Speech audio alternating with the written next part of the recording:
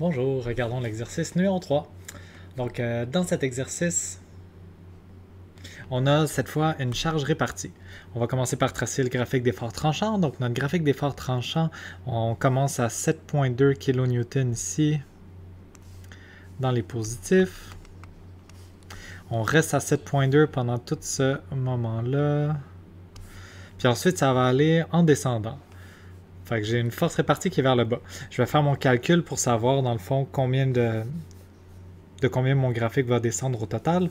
Donc j'ai 9 kN par mètre multiplié par, ici, 2,4 mètres.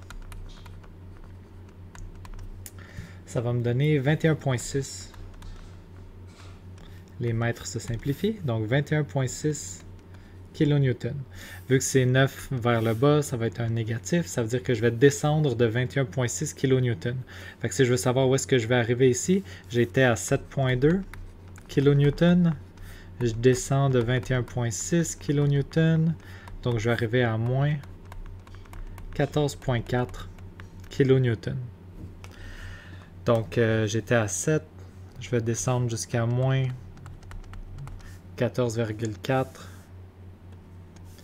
Ici, ça fait quelque chose comme ça. Puis ensuite, j'ai mon dernier appui, plus 14,4, donc je vais remonter jusqu'à 0. Sans même faire le calcul, j'aurais pu deviner que j'allais descendre jusqu'à moins 14,4 parce que somme des forces totales doit donner 0, puis à la fin, je remonte de 14,4 pour réarriver à 0. Donc, c'est mon graphique d'effort tranchant. Je vais tout de suite identifier, comme d'habitude, mon Vmax. En haut, c'est 7,2, en bas, c'est 14,4, donc c'est 14,4, toujours en valeur absolue, kilonewton. Puis cette valeur-là, c'est au moment où est-ce que x est égal à 3,6 mètres, donc complètement à droite de la poutre ici. Maintenant, je peux tracer mon graphique de moment fléchissant. Je vais calculer mes aires sous la courbe. Donc, je commence avec ma première aire sous la courbe qui est ici. Fait que 7,2 kN multiplié par 1,2 mètres.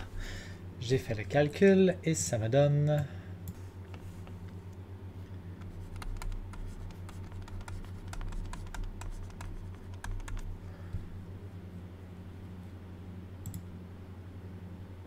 8,64 kN/m.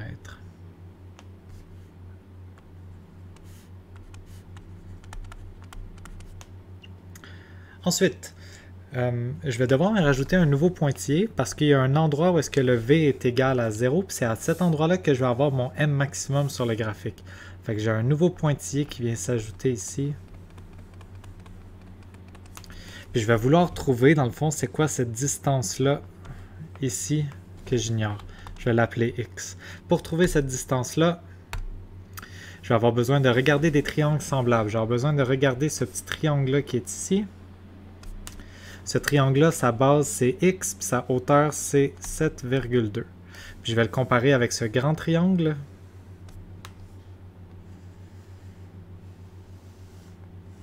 Comme ça. Ce grand triangle, sa base, c'est 2,4 mètres.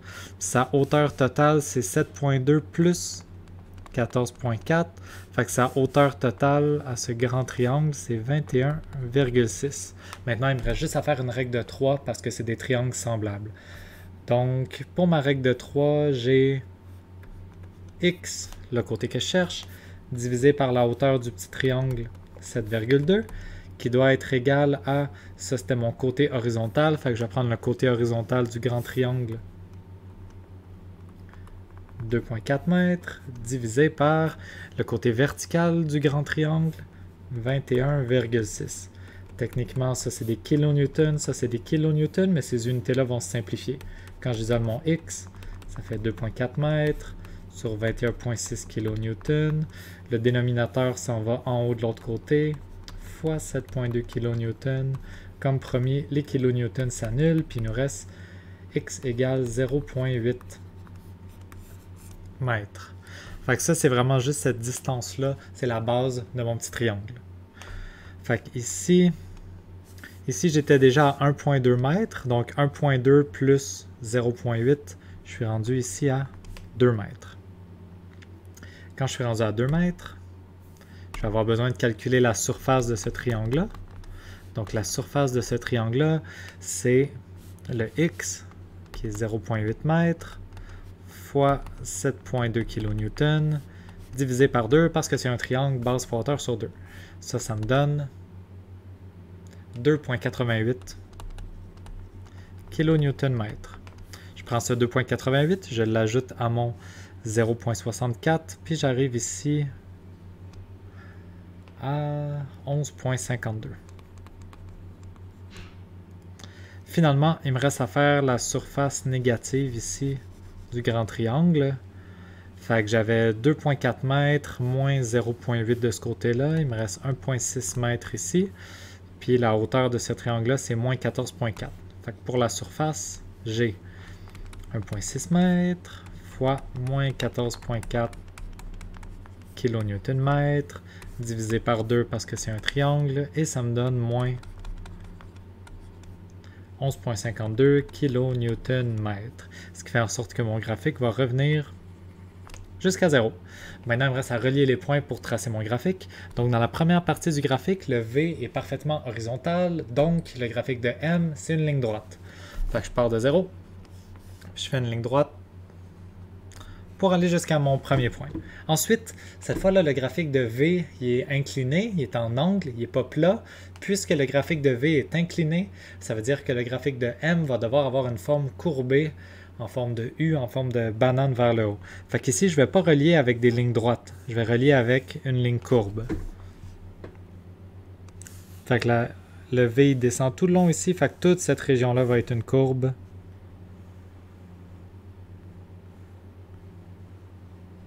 Tiens, ça a l'air d'une courbe. Fait que l'important, c'est que on voit que ça a l'air d'une courbe, puis que le maximum soit vraiment à cet endroit-là. Donc, j'ai trouvé mon graphique de M. J'ai identifié que mon Mmax est 11.52 kN/m. La position en X de ce maximum-là, on a dit que c'était à X égale 2 mètres. Maintenant, je vais être prêt à faire mon calcul pour trouver ma poutre sécuritaire. Tiens, on se met en mauve. Fait que je vais être prêt à faire mon calcul pour trouver ma poutre sécuritaire. Oups, j'avais une petite erreur de copier-coller. Donc, on a les bonnes valeurs ici. Je vais avoir besoin d'utiliser ma contrainte admissible en tension puis en compression. Je prends la plus petite des deux, qui est le 15, et je commence mon calcul. Donc, S doit être plus grand ou égal au Mmax divisé par la contrainte admissible. Donc, doit être plus grand ou égal, mon Mmax c'était 11.52 kN/m. Et ma contrainte admissible, la plus petite des deux, 15 mégapascales. Quand je fais ce calcul, je trouve que S doit être plus grand ou égal à 768 fois 10 à la 3 mm à la 3. Donc 768, c'est mon chiffre en 10 à la 3 mm à la 3. Il me reste à regarder cette colonne pour trouver la bonne poutre. Donc en regardant dans la bonne colonne, je vais aller en montant, trouver un chiffre qui est plus grand que 768. Fait que j'ai celui-là. Ici, j'aurais celui-là qui est une possibilité. Celui-là qui est une possibilité. Puis 768. Finalement, celui-là qui est une possibilité. Pour choisir la poutre la plus économique dans toutes celles que je viens d'identifier qui sont sécuritaires, je vais regarder celle qui a la surface la plus petite. Fait que j'ai ici 6.45. 7.59 trop gros, 8.55 trop gros, puis 11.10 trop gros. La plus petite, c'est celle-là. Donc, c'est la réponse à ma question.